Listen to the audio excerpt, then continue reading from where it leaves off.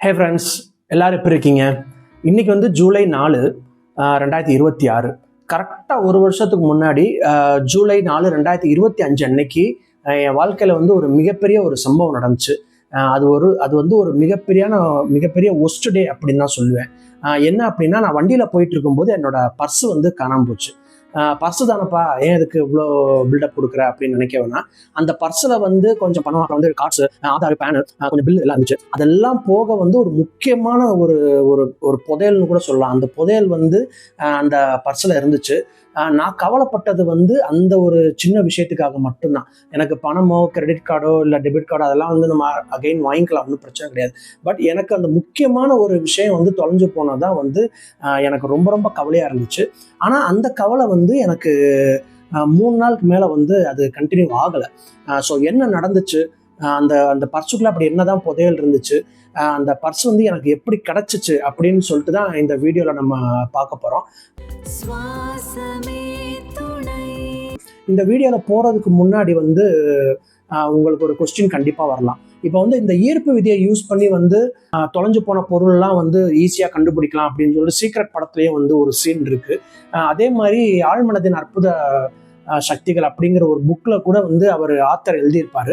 இந்த மாதிரி தொலைஞ்சு போன ஒரு பொருளை வந்து ஈர்ப்பு விதியை வச்சு ஈஸியாக கண்டுபிடிச்சிடலாம் அப்படின்னு சொல்லிட்டு. இப்போ வந்து இந்த இடத்துல வந்து உங்களுக்கு ஒரு கொஸ்டின் கண்டிப்பாக வரலாம். இந்த மாதிரி ஈர்ப்பு விதியை வச்சு தொலைஞ்சு போன பொருளை கண்டுபிடிக்கலாம் அப்படின்னு சொல்றீங்களே, அப்போ வந்து ஏன் மலேசியன் ஃப்ளைட் வந்து இன்னும் கண்டுபிடிக்க முடியல? அதே மாதிரி ஏன் வந்து இன்னும் போலீஸ் ஸ்டேஷன்ல வந்து எவ்வளவோ கேசஸ் வந்து இன்னும் பெண்டிங்ல இருக்கு அப்படிங்கிற மாதிரி உங்களுக்கு கொஸ்டின் கண்டிப்பா வரலாம். ஸோ இந்த வீடியோவோட முடிவுல வந்து உங்களுக்கே வந்து இந்த கொஸ்டினுக்கு ஒரு ஆன்சர் வந்து உங்களுக்கு கண்டிப்பா கிடைச்சிரும். ஸோ இப்போ இந்த வீடியோவில் வந்து என்ன நடந்துச்சு அப்படிங்கிற மாதிரி நான் சொல்கிறேன். கரெக்டாக வந்து ஜூலை 4 ஈவினிங் டயத்தில் ஒரு 6-6:30 மணிக்கு வந்து நான் வந்து வெளியே போகிறதுக்காக ரெடி பண்ணிட்டு இருந்தேன். வண்டியில் போயிட்டு இருக்கும்போது, நான் பெங்களூரில் இருக்கேன்னு உங்களுக்கு தெரியும். பெங்களூரில் வந்து உங்களுக்கே தெரியும் பெங்களூர் டிராஃபிக் எப்படி இருக்கும் அப்படின்னு சொல்லிட்டு. அது அன்னைக்குன்னு பார்த்து ஈவினிங் அந்த பீக் ஹவர் ஒரு 6-6:30 இருக்கும். பீக் ஹவர் சரியான டிராஃபிக்கு.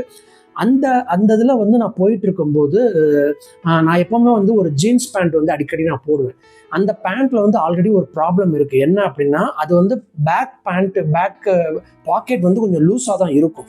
அன்னைக்கு ஏதோ நான் அவசரமாக போகும்போது என்னோட பர்ஸை வந்து டக்குன்னு அதில் வச்சுட்டு நான் பாட்டு போயிட்டேன். அதுக்கப்புறம் வந்து கரெக்டாக ஒரு குறிப்பிட்ட ஹாஸ்பிட்டல் அங்கே இருக்குது, கோசிஸ் ஹாஸ்பிட்டல் அப்படின்னு சொல்லிட்டு. அந்த ஹாஸ்பிட்டல் கிட்ட போயிட்டு இருக்கும்போது யாரோ என்னை கூப்பிட்ட மாதிரி இருந்துச்சோ அப்படின்னு கூப்பிட்ட மாதிரி இருந்துச்சு. பட் அந்த நேரத்தில் வந்து என்னால் அது வந்து கான்சியஸாக கவனிக்க முடியல. அப்புறம் நான் பாட்டு போயிட்டு கிட்டத்தட்ட ஒரு 1 கிலோமீட்டர் வரைக்கும் நான் போயிட்டேன். போயிட்டு எனக்கு அந்த கூப்பிட்டது வந்து டக்குன்னு ஞாபகம் வந்துச்சு, என்னவா இருக்கும் அப்படின்னு சொல்லிட்டு. நான் யதார்த்தமாக வந்து இப்படி தடவி பார்க்கும்போது என்னோட பர்ஸு வந்து மிஸ் ஆயிருந்துச்சு. எனக்கு பயங்கர ஷாக்கு. ஏன்னா அந்த பர்ஸில் வந்து கொஞ்சம் பணம் இருக்குது, கிரெடிட் கார்டு இருக்குது, டெபிட் கார்டு இருக்குது, அதுக்கப்புறம் வந்து ஆதார் கார்டு இருக்குது, அப்புறம் பேன் கார்டு இருக்குது. இந்த ஆதாரும் பேனும் வந்து ஒரிஜினல். ஓகே, அப்புறம் கிரெடிட் கார்டு டெபிட் கார்டெலாம் ஓகே, அதெல்லாம் நம்ம வாங்கிக்கலாம்.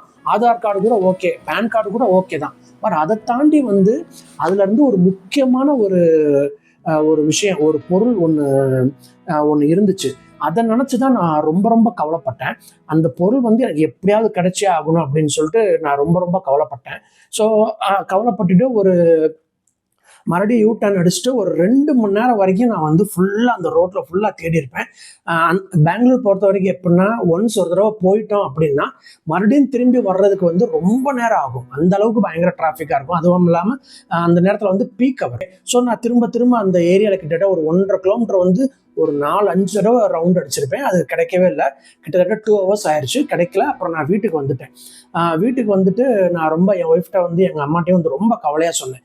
இந்த மாதிரி வந்து தொலைஞ்சு போயிடுச்சு அப்படின்னா அவங்களும் சொன்னாங்க, ஏன் காசு தானே, எல்லாமே புதுசாக ரெனியூ பண்ணிக்கலாம், காசு தானே, ஓகே சமாளிச்சுக்கலாம் அப்படிங்கிற மாதிரி சொன்னாங்க. அப்போ தான் அந்த பர்சுக்குள்ள இருக்கிற ஒரு முக்கியமான விஷயத்தை பற்றி சொன்னேன். அந்த பர்சுக்குள்ள அப்படி என்னதான் இருந்துச்சு அப்படின்னா, 2019 வந்து மதுரை எல்லிஸ் நகரில் வந்து ஆண்ட்ரோஸ் அப்படிங்கிற ஒரு சித்தர் இருக்காரு. இப்போ இல்லை, அவர் வந்து சமாதி ஆயிட்டாரு. அந்த பீரியட்ல வந்து 2019 வந்து என்னோட ஃப்ரெண்டு சொல்லி தான் நானும் போனேன். அப்போ வந்து அந்த நேரத்தில் எனக்கு ஒரு இக்கட்டான சூழ்நிலை. அது வந்து அதுக்கான ஆன்சர் வேணும் அப்படிங்கிறதுக்காக தான் அந்த சித்தர்கிட்ட போயிருந்தேன். அங்கனக்குள்ள போய் உட்காந்தோன்னா அவர் பொதுவாக வந்து யார்ட்டையும் பேச மாட்டார். அவர் வந்து நம்ம டீ கொடுத்தோம்னா டீ குடிப்பார்.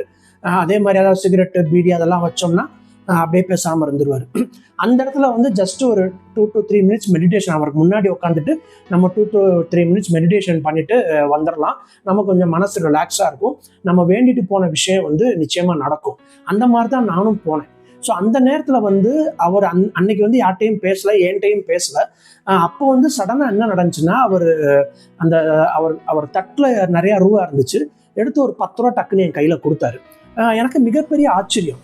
எல்லா இடத்துலையும் வந்து நம்ம தான் காசு கொடுப்போம், ஆனால் அவர் வந்து காசு கொடுக்குறாரே அப்படின்னு சொல்லிட்டு எனக்கு மிகப்பெரிய ஆச்சரியம். அப்புறம் வெளியே வந்து நிறையா பேர் நின்றுருந்தாங்க. அங்கே போய் கேட்டேன், சார் இந்த மாதிரி எனக்கு அவர் ரூபா கொடுத்தாரு, என்ன விஷயம் அப்படின்னா, அங்கே நின்றிருந்தவர் வந்து எனக்கு கை கொடுத்தாரு. நீங்கள் வந்து உண்மையிலே லக்கி பர்சனு, உங்களுக்கு வந்து சீக்கிரமே வந்து பொருளாதாரத்தில் வந்து மிகப்பெரிய முன்னேற்றம் கிடைக்கும். இந்த ரூபாயை வந்து நீங்கள் பத்திரமா வச்சுக்கோங்க, எக்காரணத்துக்கு ஒன்றும் இது செலவு பண்ணிடுறாங்க, யார்ட்டையும் கொடுக்காதீங்க, உங்கள் லைஃப் லாங் வந்து இந்த ரூபாயை பத்திரமா வச்சிருங்க அப்படின்னு சொன்னார். அந்த ரூபா தான் அந்த பர்ஸில் இருந்துச்சு. ஸோ எனக்கு வந்து ரொம்ப ரொம்ப கவலை, என்னடா நல்ல ஒரு சந்தர்ப்பம் கிடைச்சு. ஏன்னா அந்த பணம் வந்ததுக்கப்புறம் எனக்கு கொஞ்சம் பொருளாதாரத்தை வந்து நல்ல டெவலப்மெண்ட் வந்து எனக்கு தெரிஞ்சிச்சு. ஸோ அந்த பணம் வந்து காணாமல் போயிடுச்சே அப்படின்னு சொல்லிட்டு நான் ரொம்ப கவலையாக இருக்கும்போது என்கிட்ட என்னோட ஒய்ஃப் வந்து ஒரு விஷயம் சொன்னாங்க. நீங்கள் தான் அந்த மாதிரி ஈர்ப்பு விதியை வந்து நிறையா பண்ணி அச்சீவ் பண்ணியிருக்கீங்கன்னு சொல்லிட்டு நிறைய பில்டப்லாம் பண்ணுறீங்கல்ல, இதை கூட நீங்கள் ஈர்ப்பு விதியில் வந்து பண்ணி எப்படியாவது அந்த பர்ஸை வந்து இது பண்ணுங்க, அட்ராக்ட் பண்ணுங்க அப்படின்னு சொல்லிட்டு கிண்டலாக தான் அவங்க சொன்னாங்க. ஏன்னா அவங்க வந்து அப்போ வந்து நிறைய விஷயம் நம்ப மாட்டாங்க.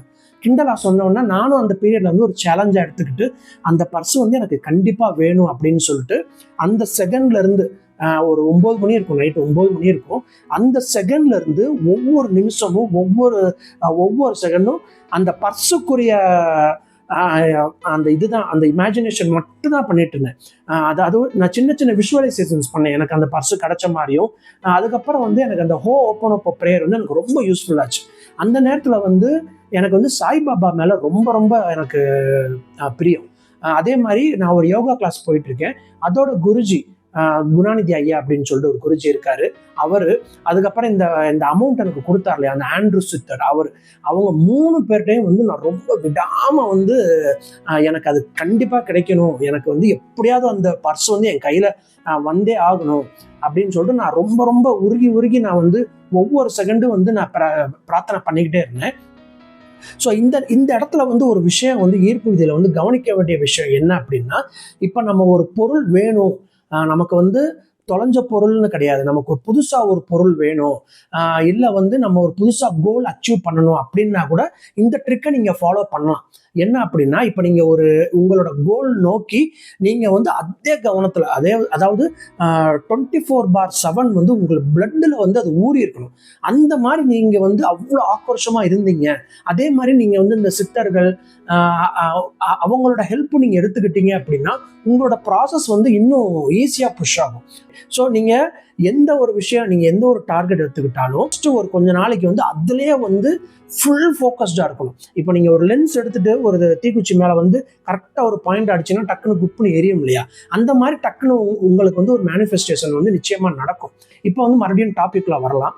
நான் வந்து அந்த சித்தர்கிட்டையும் அகைன் வந்து எல்லார்ட்டையும் வந்து நான் ரொம்ப உருகி வேண்டிக்கிட்டேன். அப்புறம் ஒரு நாள் போச்சு. அப்புறம் நெக்ஸ்ட் டே வந்து நான் ஒரு பர்ஸ் வாங்கிட்டேன். ஓகே, ஒரு பிராண்டட் பர்ஸ் ஒன்று வாங்கிட்டேன். எனக்கு வந்து ஒன்றும் மனசே இல்லை, அந்த பழைய பர்ஸ் மாதிரி இல்லை. அதுக்கப்புறம் வந்து 1 நாள் போயிடுச்சு, 2 நாள் போயிடுச்சு, 3 நாள் போயிடுச்சு. அந்த 3 நாளுமே வந்து என்னோட ஃபோக்கஸ் ஃபுல்லாக வந்து அதுக்கு மேலே மட்டும்தான் இருந்துச்சு. அப்புறம் 3ஆவது நாள் கரெக்டாக ஒரு மதியம் ஒரு 3 மணி இருக்கும். அந்த நேரத்தில் வந்து நான் பொதுவாகவே வந்து என்கிட்ட ஒரு பழக்கம் என்ன அப்படின்னா, மதியம் நான் காலையில் ஏர்லி மார்னிங் எந்திரிக்கிறதுனால மதியம் ஒரு 3-3:30 வந்து நான் தூங்கிடுவேன். அப்படி தூங்கும்போது செல்லை வந்து சைலண்ட்ல போட்டு தான் தூங்குவேன். அன்னைக்குன்னு பார்த்து எனக்கு வந்து தூக்கமே வரல. இந்த பர்ஸ் நினைப்பதான், இந்த பர்ஸ் எனக்கு எப்படியாவது கிடைச்சிடணும், அதில் இருக்கிற அந்த சித்தர் கொடுத்த பணம் எனக்கு எப்படியாவது கையில் வந்துடணும் அப்படின்னு சொல்லிட்டு அதே நினப்பில் தான் ஃபுல் ஃபோக்கஸ்டாக இருக்கும்போது சரி ஓகே 3 நாள் ஆயிடுச்சு, எனக்கு கொஞ்சம் நம்பிக்கை போயிட்டே வந்துச்சு. எனக்கு இன்னொரு ஃபுல் கான்ஃபிடென்ட் என்ன அப்படின்னா, அந்த பர்ஸில் வந்து ஆதார் கார்டு இருக்குது.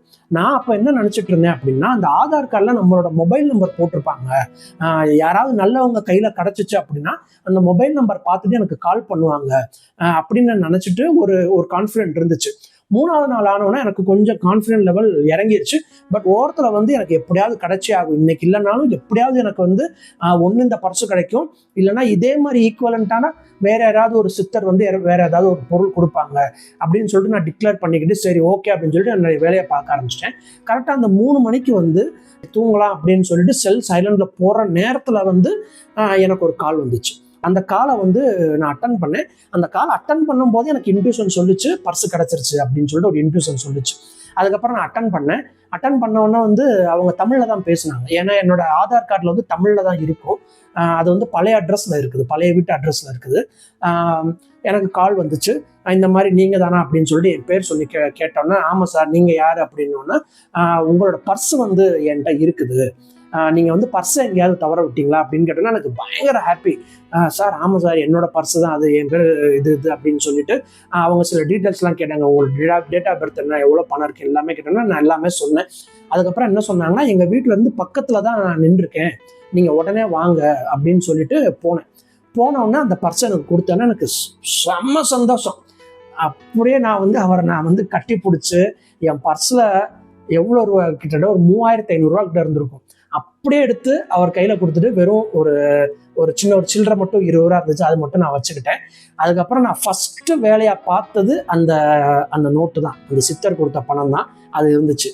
அதுக்கப்புறம் நான் அவர்கிட்ட எனக்கு கண்ணீரே வந்துருச்சு. அப்புறம் அவர்கிட்ட நான் சொன்னேன், சார் இந்த மாதிரி இருந்ததுனால தான் நான் வந்து ரொம்ப 3 நாள் ரொம்ப டென்ஷனாக இருந்தேன் சார், உங்களுக்கு வந்து நான் ரொம்ப ரொம்ப தேங்க்ஸு, உங்களுக்கு வந்து இந்த ரூபான்னு இல்லை எவ்வளோ இது பண்ணாலும் என்னால் வந்து இது நன்றி சொல்கிறதுக்கு வார்த்தையே இல்லை சார். அவர் வந்து கேஸ் சிலிண்டர் போடுறவர். இந்த பர்ஸ் உங்களுக்கு எப்படி கிடச்சிச்சு, எங்கே கிடச்சிச்சு அப்படின்னு சொல்லிட்டு கொஞ்சம் ஸ்டோரி கேட்டேன். அவர் வந்து என்ன சொன்னார்னா அந்த கோசிஸ் ஹாஸ்பிட்டலில் ஓய் அப்படின்னு சொல்லிட்டு கூப்பிட்டாரு பாருங்களேன், இவர் தான் கூப்பிட்டாராம். இவர் வந்து என்னை ஃபாலோ பண்ணிட்டு வர முடியல, அந்த டிராஃபிக்கில் வந்து நான் வேகமாக போயிட்டேன், நான் வந்து சந்து வழியாக நடந்து போயிட்டேன், அவர் வந்து சிலிண்டர் வச்சதுனால அவரால் ஃபாலோ பண்ணி வர முடியல அப்படின்னு சொன்னார். அதுக்கப்புறம் நான் அந்த பர்ஸில் இருக்கிற ஆதார் கார்டு வச்சு அந்த பழைய அட்ரஸுக்கு போனேன் சார், அங்கேயும் வந்து உங்களை பற்றி யாருக்குமே தெரியல. அதுக்கப்புறம் நான் அன்னைக்கே வந்து நான் போயிட்டேன், அன்னைக்கே வந்து 7 மணிக்கெலாம் போயிருக்காரு, 7-7:30 வந்து அந்த ஏரியாவில் தான் டெலிவரி இருந்திருக்கு. அந்த ஏரியாவில் அன்னைக்கே நான் போயிட்டேன் பாருங்கள், அவ்வளோ நாணயமாக இருக்கிறார் பாருங்கள். அன்னைக்கே போயிட்டேன், தேடினேன், உங்களை பற்றி கேட்டேன், யாருக்குமே தெரியல. ஏன்னா அந்த ஏரியாவிலேருந்து நாங்கள் வந்து ரொம்ப வருஷம் ஆயிடுச்சு, கிட்டத்தட்ட ஒரு 3-4 இயர்ஸ், ஒரு 3 இயர்ஸ் இருக்கும், யாருக்குமே தெரியல அப்படிங்கிற மாதிரி சொன்னாங்க. அதுக்கப்புறம் நீங்கள் எப்படி இந்த அட்ரஸை கண்டுபிடிச்சிங்க, என் ஃபோன் நம்பர் எப்படி கண்டுபிடிச்சிங்க அப்படின்னு நான் கேட்டேன். நான் வந்து அவர்கிட்ட என்ன சொன்னேன்னா ஆதார் கார்டில் என்னோட ஃபோன் நம்பர் இருக்கும் அப்படின்னு நினச்சிட்டு ஆதார் கார்டில் பார்த்தா ஃபோன் நம்பரே இல்லை. ஓகே, அந்த அக்னாலஜ்மெண்ட்டில் தான் ஃபோன் நம்பர் வரும் போல் அப்படின்னு சொல்லிட்டு அப்புறம் நான் நினச்சிக்கிட்டேன்.